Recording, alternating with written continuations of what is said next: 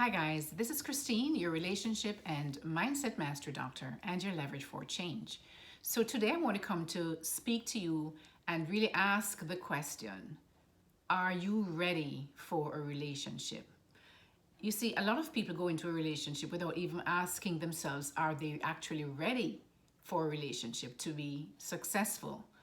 I think they just take it's not really a relationship that most people are looking for. It's like they're looking for someone else to solve a problem for them that is inside of them that they themselves can solve. But the tendency is to look to others and outside of themselves for these things that they actually need for themselves to be happy. So this will actually also be relevant to not only intimate or romantic relationships, but also to relationships, could be friendships, could be other relationships. A lot of these points would also be very relevant for that. So these are going to be questions that I'm going to be asking, and hopefully you can kind of look inside of yourself and see if this is in fact a place that you're at, so that you are actually ready to have a healthy, successful relationship. The first question you need to ask yourself when you're going to start a new relationship, you meet someone and you're wondering, am I ready? Am I ready for a relationship? Because a lot of people really aren't, but they never question it. The first thing is, have you taken time to heal? That's one of the biggest questions you need to ask yourself. Have you taken time to heal from your last relationship or from your past relationships? Because as I mentioned before, a lot of people will just go from one relationship to the next. And this would be more a lot like for the anxious, preoccupied individual who will just move from one relationship to the next because they're looking for someone outside of themselves, for someone to solve that problem. So if they need validation, they're going to be looking, hoping that the person that they're with, can validate them so they can feel good about themselves. So taking the time to heal is going to take a lot of work. It's going to take the time to really just process that relationship. That's what you need to do before you move into a new relationship. Take some time out to process the last relationship. And the way you process it, it's going to take time to heal, guys. It just does not happen overnight. There are things that perhaps the person that you were in relationship, they did horribly. Made you miserable.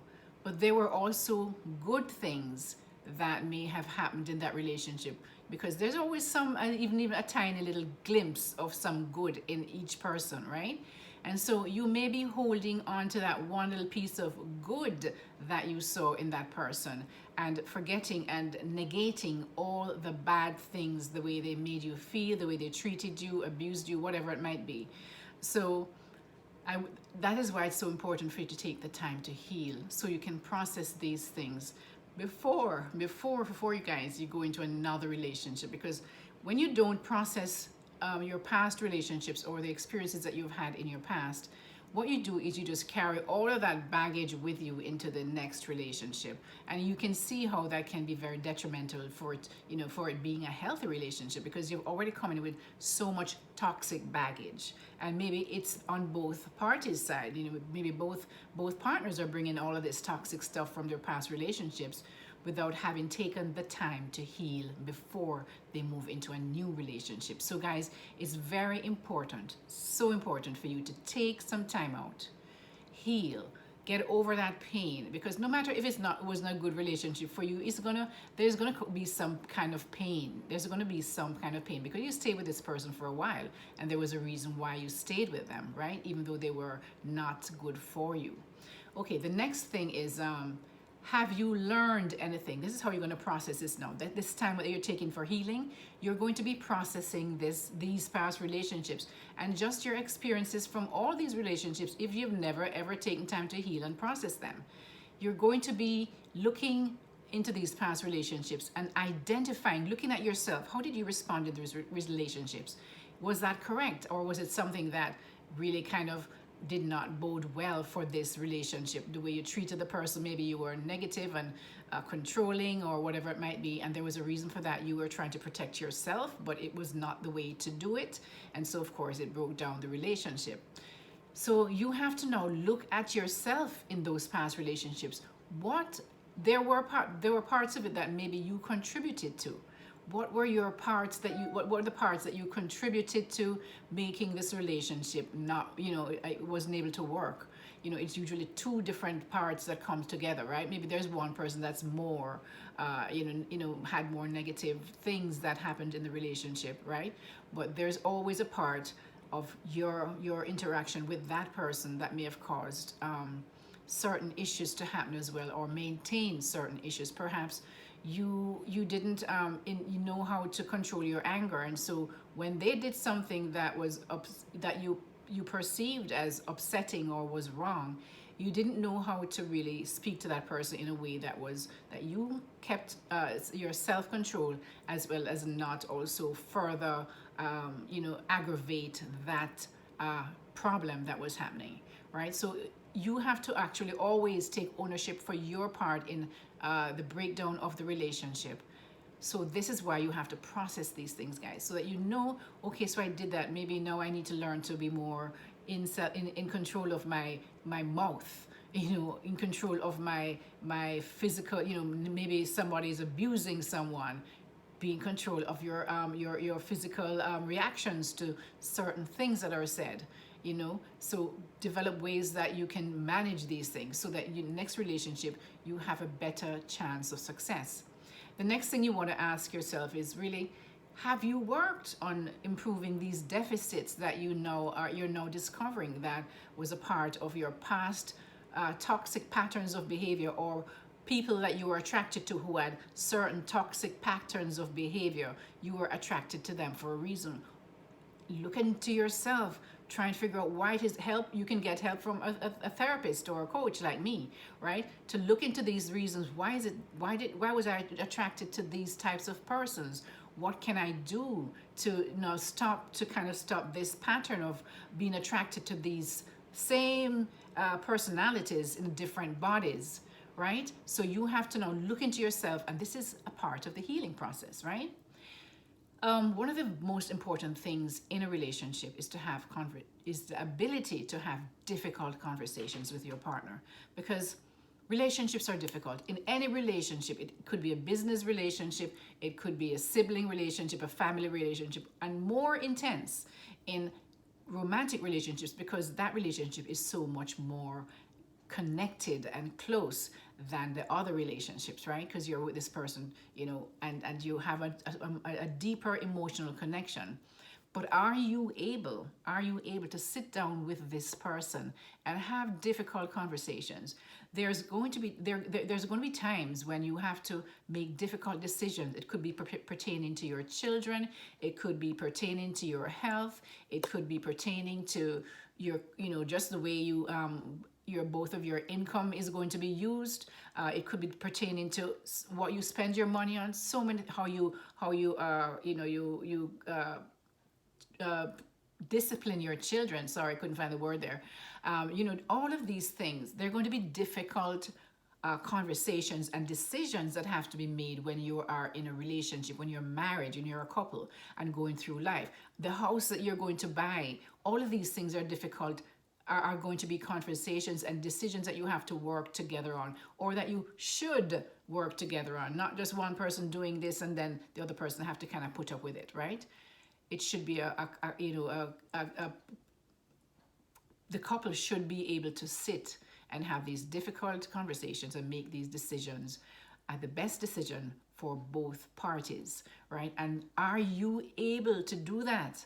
Are you able to do that? Or are you just going to want your own way? Because whenever you are in a relationship, guys, it's not just you and you anymore. It's you and your partner. You are now one, right? And now you have to make decisions, and you may have to just step back sometimes and say, okay, this is the best decision for the, despite the fact that I want this to happen, your decision is better than mine because it takes into consideration the health or the happiness for both parties, right? It's the best situation for, logically, and not just because I want my own way. You have to be able to compromise in relationships. And if you're not ready to do that, and if you're not able to do that, then you're not ready for a relationship. It cannot be your way in and telling everybody else what to do for a happy relationship. Somebody's going to get very bitter later on because they find that they have no part in anything. All right?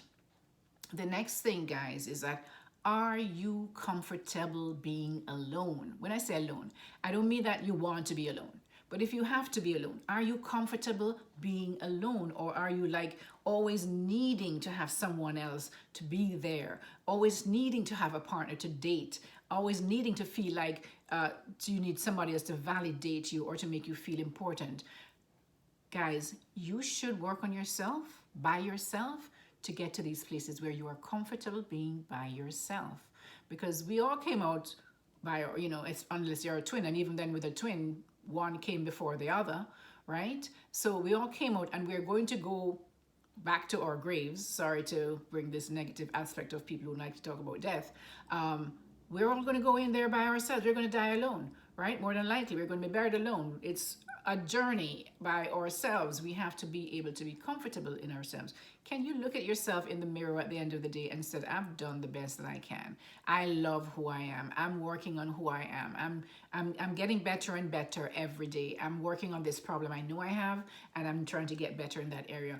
Are you working on you to be able to be so comfortable with yourself that the only time you don't need to have somebody, when somebody comes into your life that matches your just who you are and fits into your space, and you fall in love with them, then it should be a coming together of two healthy individuals, fully complete by themselves. And so this other half mentality that we had from past, the way we talk is, oh, where's your better half or your other half? No, it shouldn't be that.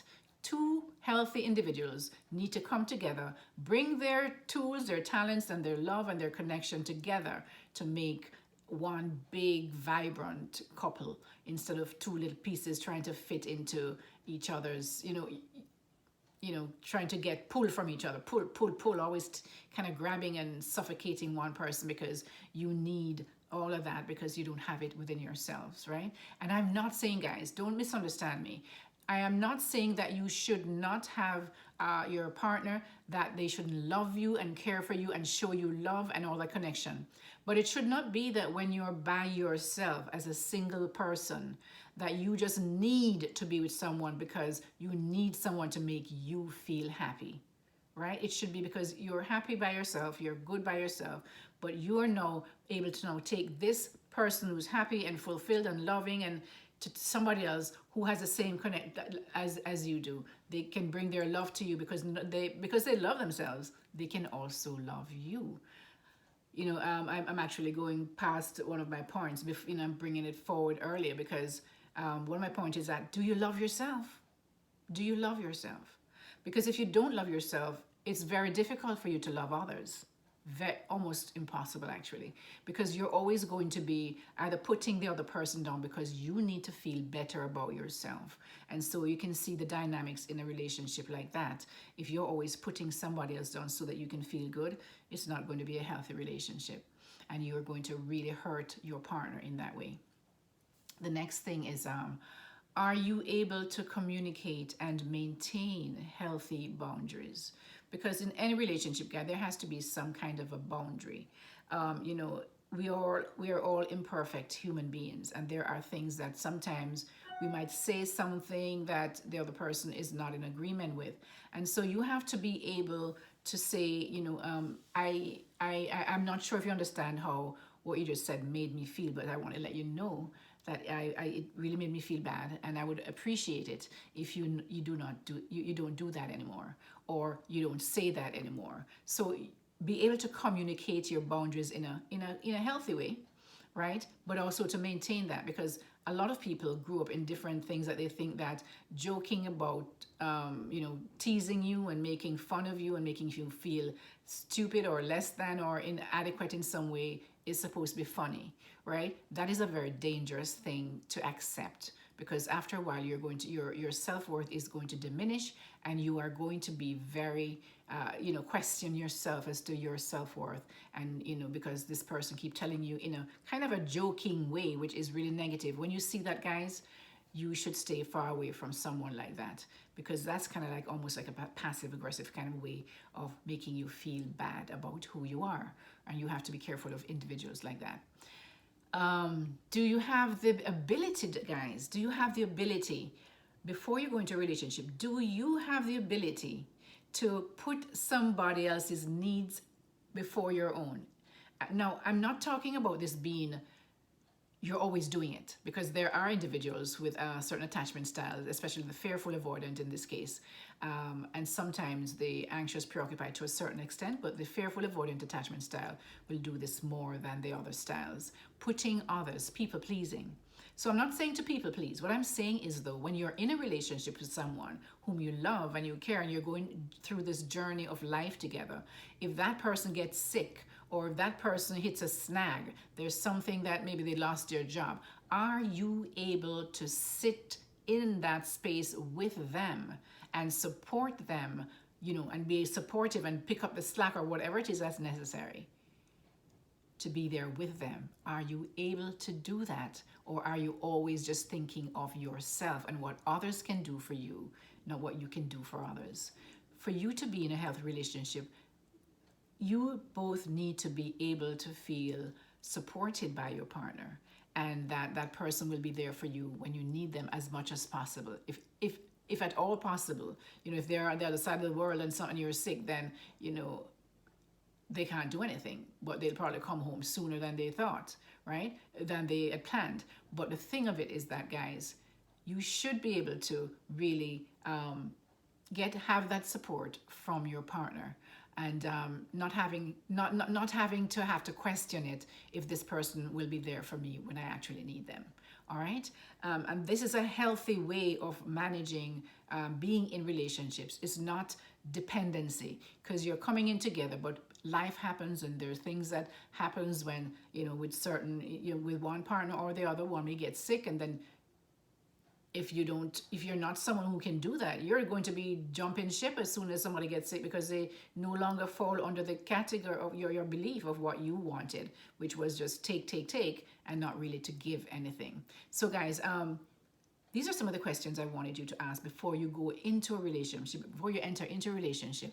Please like this video and share it, but especially hit the like button, because this is how my videos get shown to other people who may need to hear this kind of information. So it really just promotes my video to a wider cross section of people. So I really appreciate if you do nothing else to like it, and of course subscribe to my channel, hit the notification bell, so as soon as I upload a new video, you will be notified. Don't forget to like it, guys. Don't forget, it's the only thing that you do, like it for me. All right. So thanks for listening. Thanks for taking the time, because I know that it is a fairly long enough video, and I just want to thank you for your support. And this is Christine, your relationship and mindset mastery doctor, and your leverage for change. Until next time, guys, keep growing. Take care. Bye bye.